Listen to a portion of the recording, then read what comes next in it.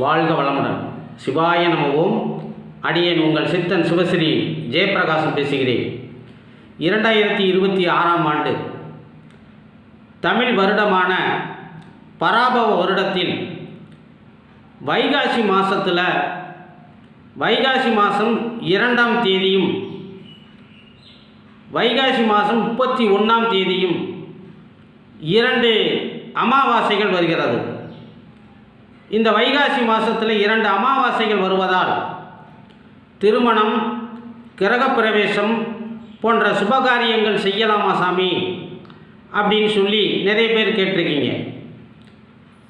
அந்த கேள்விக்கு தெளிவான ஒரு விளக்கமாக தான் இந்த பதிவு. பொதுவாக ஒரு தமிழ் மாதத்தில் 2 பௌர்ணமிகள் வந்தால் அதை மல மாதம் அப்படின்னு சொல்லுவோம். அதே 2 அமாவாசைகள் வந்தால் விஷ மாதம் அப்படின்னு சொல்லுவோம். அப்போ ஒரு தமிழ் மாதத்தில் 2 பௌர்ணமியோ 2 அமாவாசை திதிகளோ வந்தால் அது ஒரு அசுபமான மாதம். அந்த மாதங்களில் திருமணம், கிரகப்பிரவேசம் போன்ற சுப காரியங்கள் செய்யக்கூடாது அப்படின்னு சொல்லி சாஸ்திரமும் நம்மளுடைய முன்னோர்களும் சொல்லியிருக்காங்க.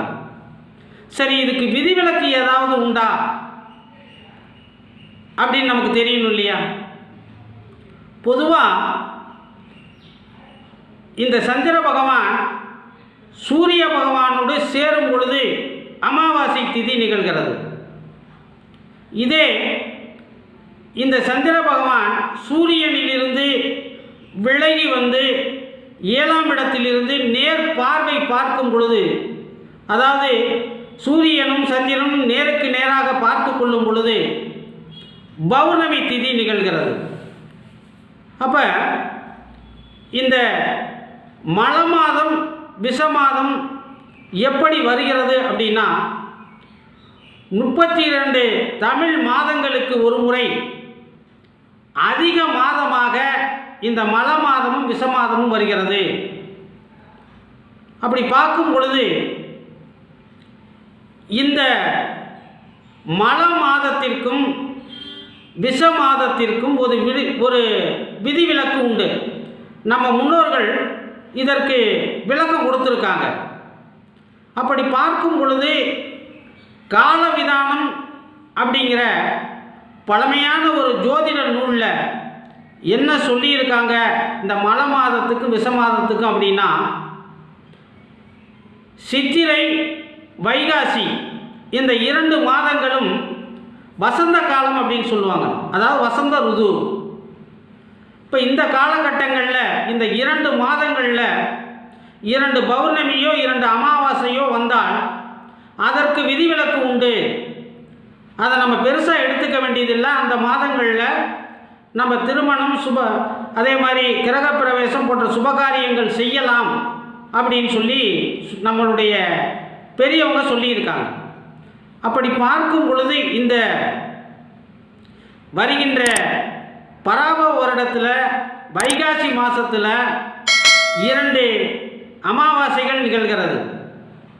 அதனால் பார்த்தீங்க அப்படின்னா இந்த மாதத்தில் நம்ம சுபகாரியம் செய்யலாமா, திருமணம் போன்ற கிரகப்பிரவேசம் போன்ற சுபகாரியங்கள்லாம் செய்யலாமா அப்படின்னா கண்டிப்பாக செய்யலாம். ஏன் அப்படின்னா, இந்த சித்திரை மாதம் என்பது 12 ராசிகளில் மேச ராசியில் சூரிய பகவான் உச்சமடைகின்ற ராசி.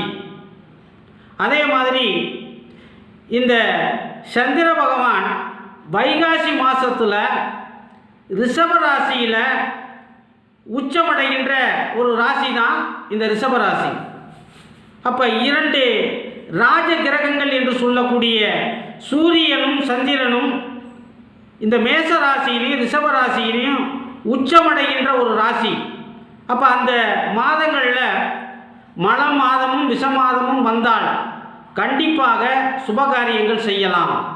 மற்ற மாதங்களில் இந்த மல மாதமோ விஷ மாதமோ வந்தால் கண்டிப்பாக சுபகாரியங்கள் செய்யக்கூடாது.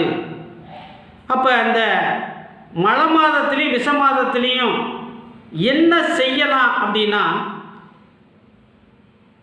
விஷ்ணு வழிபாடு, சிவ வழிபாடு, முன்னோர்கள் வழிபாடு, குலதெய்வ வழிபாடு செய்யலாம். அதே மாதிரி இந்த மாதங்களில் நாம் தர்ம காரியங்கள் நிறைய செய்யலாம், புண்ணியம் நாம் பெறுவதற்கு உண்டான காலம் அப்படின்னு சொல்கிறாங்க. ஏன்னா ஒரு அசுபமான மாதத்தில் சுப காரியங்கள் செய்யாமல் தர்ம காரியங்கள் நம்ம நிறைய செய்யும் பொழுது அதற்குண்டான பலன்கள் நமக்கு கிடைத்து நம்மளுடைய சந்ததியினருக்கும் வாழையடி வாழையாக புண்ணியங்கள் நிறைய கிடைக்கும். அப்போ இந்த வருகின்ற வைகாசி மாதத்தில் 2 அமாவாசைகள் வருவதால் யாரும் ஐயுறவு கொள்ள வேணாம், எந்த சந்தேகமும் படாமல் அதில் திருமணம், கிரக பிரவேசம் போன்ற சுபகாரியங்கள் கண்டிப்பாக செய்யலாம் அப்படின்னு சொல்லி ஜோதிட சாஸ்திரம் சொல்கிறது. வாழ்க வளமுடன், எல்லாம் நிறைவாகட்டும், சகல ஐஸ்வர்யங்களும் உங்களுக்கு கிடைக்கட்டும். என்னுடைய வீடியோ உங்களுக்கு பிடிச்சிருந்தது அப்படின்னா லைக் பண்ணுங்கள், ஷேர் பண்ணுங்கள், கமெண்ட் பண்ணுங்கள். மறக்காமல் சிவஸ்ரீ பாலா அப்படிங்கிற என்னுடைய யூடியூப் சேனலை சப்ஸ்கிரைப் பண்ணுங்கள். பக்கத்தில் இருக்க பெல் பட்டனை மறக்காமல் அழுத்துங்க. வாழ்க வளமுடன். ஓம் நற்பவி.